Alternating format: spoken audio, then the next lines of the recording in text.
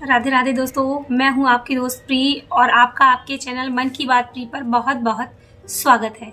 जैसा कि टॉपिक से ही आपको पता चल गया होगा कि आज हम बात करने वाले हैं पितृपक्ष पर। पितृपक्ष क्या होता है ये सभी को पता है, तो थोड़ा बहुत मैं इसके बारे में बता देती हूँ। पितृपक्ष जो है भाद्र मास की पूर्णिमा तिथि को प्रारंभ होता है और अश्विन मास की अमावस्या को समाप्त होता है। इस बार इसका प्रारंभ 10 सितंबर 2022 से हुआ है और इसकी समाप्ति 25 सितंबर 2022 से। घरों में कलह होती है, सुख नहीं रहता, शांति नहीं रहती है, बहुत लोग परेशान रहते हैं, लेकिन उनको ये समझ में नहीं आता कि आखिर कारण क्या है। और कारण ये होता है कि उनके पितृ उनसे नाराज होते हैं और उन्हें ये पता ही नहीं चल पाता है, और जब पता चलता है तो काफी देर हो जाती है। उसके बहुत सारे उपाय, बहुत सारे लोगों के पास उन्हें जाना पड़ता है और बहुत सारी चीजें करनी पड़ती है, लेकिन आराम नहीं मिलता है। लेकिन आज मैं आपको एक ऐसा उपाय बताने वाली हूँ जो करके आपके पितृ आपसे खुश हो जाएंगे और जो भी गलतियां हुई हैं आप उनसे माफी मांग लेंगे, तो आपकी काफी हद तक परेशानियां दूर हो जाएंगी। दोस्तों, क्या होता है कि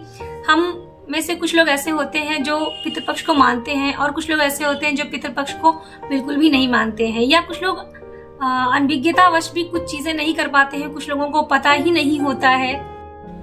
मित्रों, ऐसा कोई घर नहीं है जिसके पूर्वज पितृपक्ष में उनके घर ना आते हों। कोई ऐसा व्यक्ति नहीं है कि उनके पूर्वज इस पितृपक्ष में, जो 15 दिन का पितृपक्ष लगता है, इसमें वो उनके घर ना आते हो। यकीन मानिए दोस्तों, ऐसा कोई भी पूर्वज नहीं है जो अपने पुत्रों या अपने पुत्रियों या अपने सगे संबंधियों के घर ना जाता हो। वो हमारे दरवाजे पर उपस्थित होते हैं, उपस्थित रहते हैं, वो हमें देखते हैं, हमारे सम्मुख रहते हैं और ये आशा लगाकर आते हैं कि हमें कुछ ना कुछ इस घर से मिलेगा। तुम पूछो या ना पूछो, वो हमारे यहाँ जरूर आते हैं। तुम कहो ना कहो, उनको सोचो ना सोचो, उनके बारे में जानो ना जानो, लेकिन वो आते ही आते हैं। और एक बात दोस्तों जान लीजिए कि अगर हमारे पूर्वज इन 15 दिनों में कुछ नहीं पाते हैं, कुछ उनको हमारे घर से नहीं मिलता है, तो वो पूरे साल भूखे रह जाते हैं। दोस्तों, इस बात को आप गांठ बांध कर रख लीजिए कि अगर इन 15 दिनों में हमने उन्हें कुछ नहीं दिया तो वो पूरे साल भूखे रहते हैं। और उनके साथ के जो पूर्वज होते हैं, जो अपने घरों से तृप्त होकर के आते हैं, वो यकीन मानिए कि वो लार टपकाते हैं। उनका जो कफ गिरता है, हमारे जो पितृ हैं वो उसको चाटते हैं और बद्दुआ देते हैं। वो कहते हैं कि मैं इतना कुछ छोड़ कर आया हूँ, इतना भरा पूरा परिवार छोड़कर आया हूँ, लेकिन क्या कोई एक ऐसा इंसान नहीं है जो कंडे पर शक्कर और घी का ही भोग लगा दे या गुड़ का ही भोग लगा दे, हमें कुछ दे दे। हमारे पूर्वज यही सोचते हैं कि काश कि आज हमारे लोगों ने हमें कुछ दिया होता, हमारे पुत्रों ने, हमारे पुत्रियों ने हमें कुछ दिया होता, तो आज हमें इन दूसरे पूर्वजों की लार तो नहीं चाटनी पड़ती। वो बद्दुआ देते हैं और उसी बद्दुआ का ये नतीजा है कि हम कभी सुखी नहीं रहते, हम खुश नहीं रहते। घर में कलह का वातावरण बना रहता है, घर में लड़ाई झगड़े होते हैं, कोई शुभ कार्य नहीं हो पाता है। तो हमारे पितृ नाराज हैं, इसका भी हमें पता चल जाता है, हम परेशान होते हैं, लेकिन हम ये सोच नहीं पाते हैं कि ऐसा क्यों हो रहा है। तो आज मैं आपको ये उपाय बताने जा रही हूँ, इसको जरूर करिए आप लोग और आप लोग को फायदा अवश्य होगा।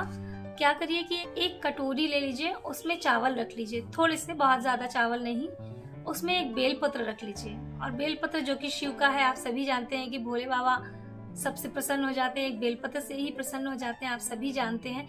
और उसमें दूर्वा की कुछ घास रख लीजिए और उसके बाद उसकी पोटली बना लीजिए। और घर में आपके यहाँ जो भी पानी की जगह है, जहाँ पर आप पानी रखते हैं पीने का, मटके में हो, बाल्टी में हो, या किसी भी चीज में वो पानी रखते हो, वहां पर जो है उसको 3 दिन कम से कम, इसी 15 दिन के अंदर 3 दिन कम से कम उसको रख दीजिए वहां पर। दोस्तों, वैसे तो आप चाहें तो पूरे 15 दिन 16 दिन भी रख सकते हैं, लेकिन मैं ज्यादा कुछ नहीं बताऊंगी, इतना ही बताऊंगी, केवल 3 दिन ही उसको रख लीजिए। और 3 दिन के बाद जो बेलपत्र है उसको उठा करके शिव के मंदिर में रखाइए, शिव जी के हवाले कर दीजिए, भगवान आपका भला करेंगे।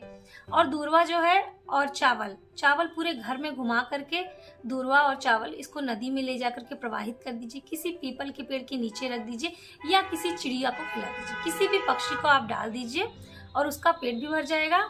और आपके पितृ से जो भी आपको दिक्कत थी, जो भी परेशानी, जिस तरीके से भी वो नाराज थे आपसे, उसका निवारण काफी हद तक 70-80% तक हो जाएगा।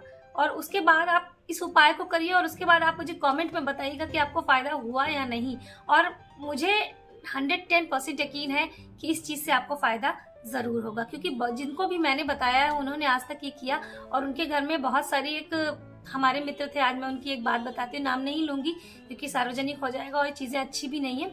तो उनके घर में बहुत सारी चीजें थी, उनकी बेटी की शादी नहीं हो रही थी, उनकी बहुत सारी दिक्कतें थी, उनके घर में हमेशा झगड़ा होता था, उनके मतलब भाई में, बहनों में, चाचा दादा सब में बहुत मन मुटाव रहता था। लेकिन इस उपाय को करने के बाद उनको पितरों से काफी शांति मिली और यकीन नहीं मानेंगे दोस्तों, वो अब हर मतलब पितृ पक्ष में हर 15 दिन, पूरे 15 दिन वो अपने पूर्वजों को खाना देते हैं, कंडे पर घी गुड़ और जो भी उनसे हो सकता है वो देते हैं। और वैसे भी पूर्वजों को कच्चा खाना नहीं देना चाहिए उन्हें।